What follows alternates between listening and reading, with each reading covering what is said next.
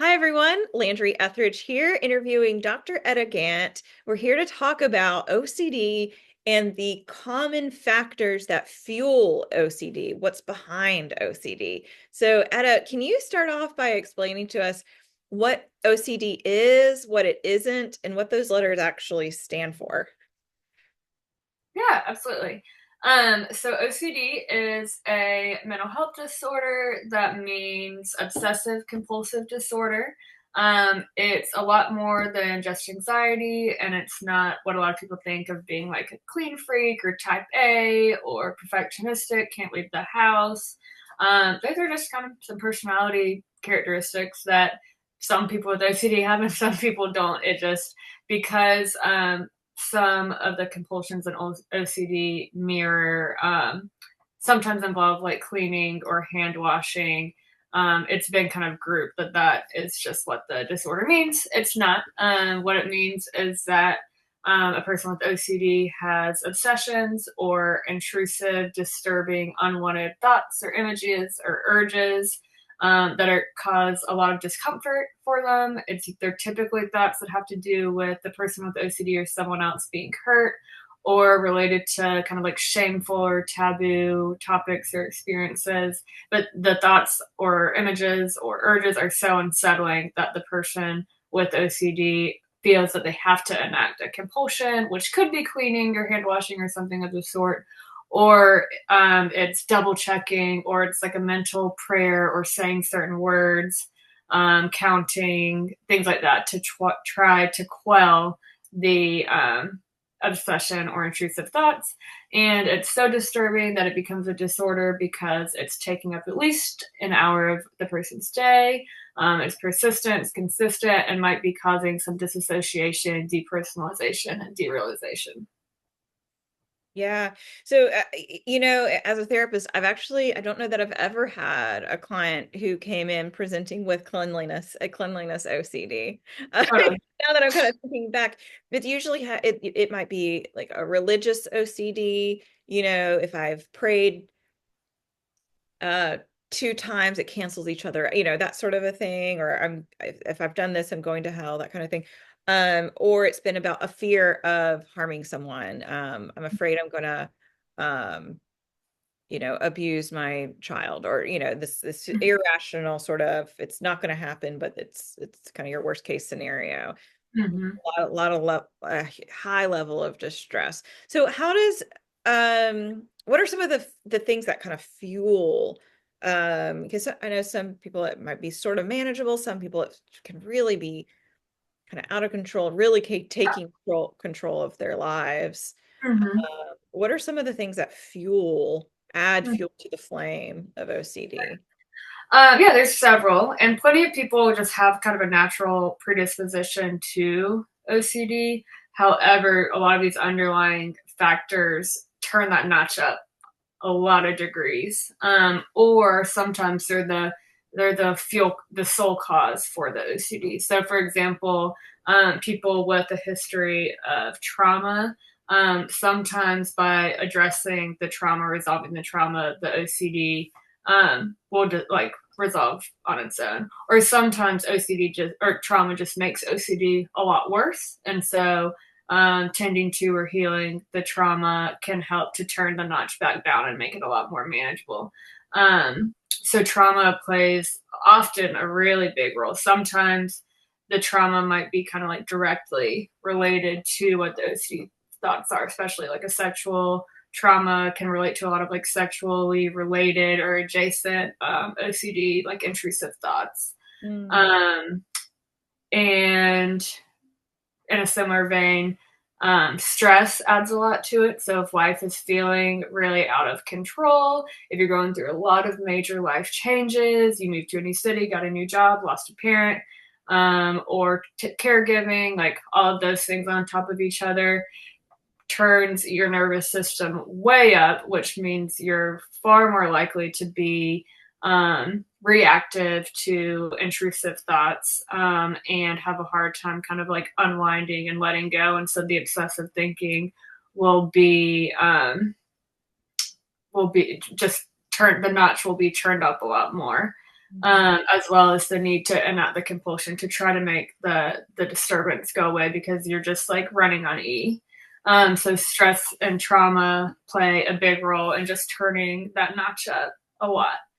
Mm-hmm. Um, Shame plays a really big role as well. A lot of the intrusive thoughts are feel related to shame on their own. Let's say it's what if I hurt my kid, or it's what if I uh, have accidentally killed somebody, right? I'm a murderer. Like all of these thoughts feel very terrifying and shame inducing.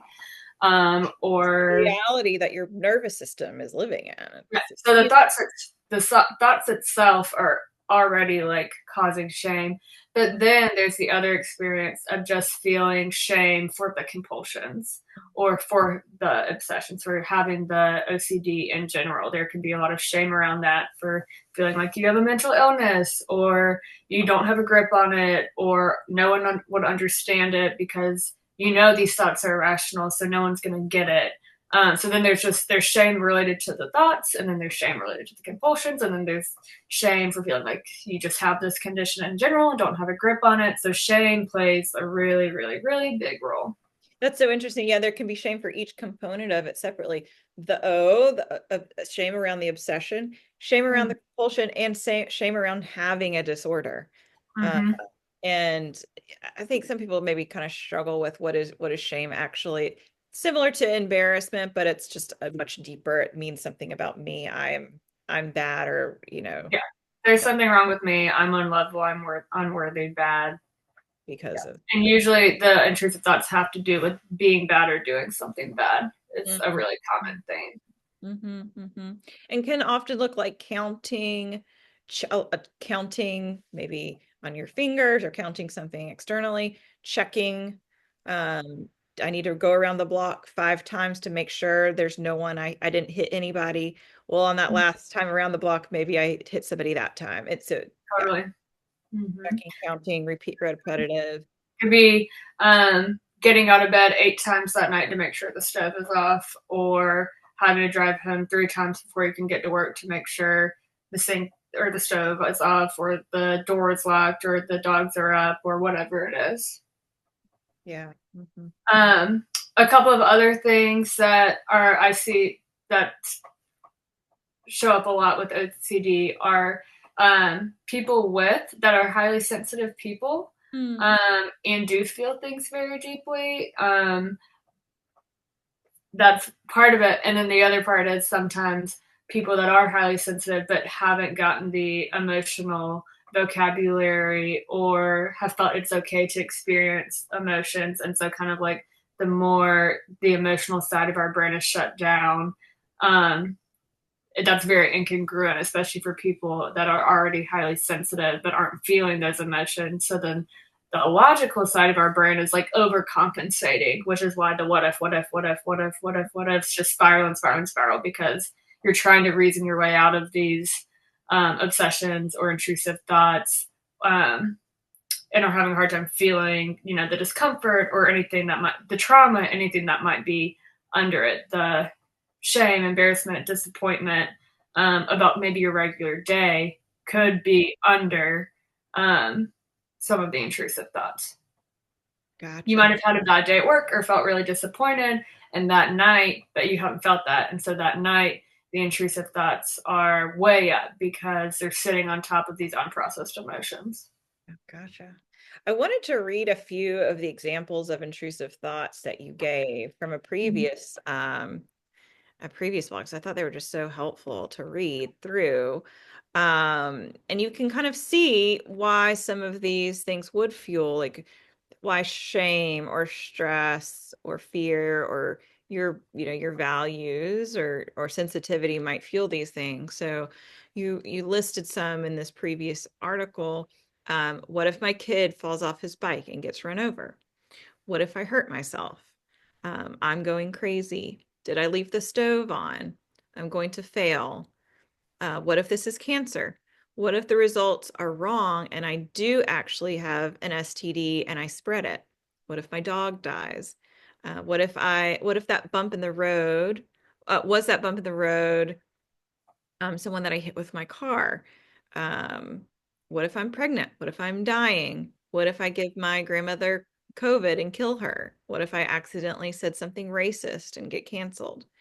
So you can kind of see that that makes a lot of sense that those types of things would be fueling it. Mm-hmm. Um, so what advice would you give to somebody who is struggling with maybe shame or fear with their OCD diagnosis? Mm-hmm. Yeah, definitely connecting with people that you either trust, that you feel like you can kind of share what's going on, or connecting with other people with OCD can be very validating to hear other people's experiences. Um, and working on knowing that it's okay to make mistakes or do something wrong. So we're not having kind of this binary thinking of there being good and bad, which fuels a lot of that shame and the intrusive thoughts. It's okay to make mistakes. It's okay to fail. Things like that helps to turn the notch down a Yeah. little bit. Just like feeling our emotions and tending to the emotional side of our brain can help this logical side that turns into the obsessive thinking relax and not feel the need to kind of overcompensate to try to help the to because it's repressing the emotional side of the brain. Yeah. So tending to our emotions, the more we can actually connect with some of the sheer shame, embarrassment, fear, loneliness, the less disturbing it is. Whereas kind of sometimes our intrusive thoughts, we're just living in this, I don't want to say it's not an imaginary world, but this disassociated reality because some of our emotions of the present moment or of the past trauma has been too much to sit with. And so the more we can practice through therapy or talking with loved ones about our emotions, about, past and present, which can be also about how much this OCD is bothering me, is a way to turn those notches down a few notches or turn that knob down a few notches. Just yeah, kind of relax the heightened nervous system state that you might be living in. Yeah. Yeah. And then of course, starting therapy with a licensed therapist can be a great step towards some of these things, addressing some of maybe the underlying trauma or shame that's intensifying the OCD that might make it really manageable after that. Mhm. I would Mhm. imagine. So if anybody listening is interested in scheduling a free consultation, just head over to the website, landryethridge.com. You can read these articles that Dr. Etta Gant has written on OCD, intrusive thoughts, and many more topics as well. You can also schedule your consultation there and talk with a licensed therapist about maybe getting started with therapy if you're in the state of South Carolina. So please do that. Again, thank you so much, Etta, for chatting with us. South Carolina is definitely lucky to have a therapist so skilled in this topic, something that I think so many people are struggling with in secret. And so I'm glad we're spending this time talking about it. Mhm. Thank you so much. Thanks.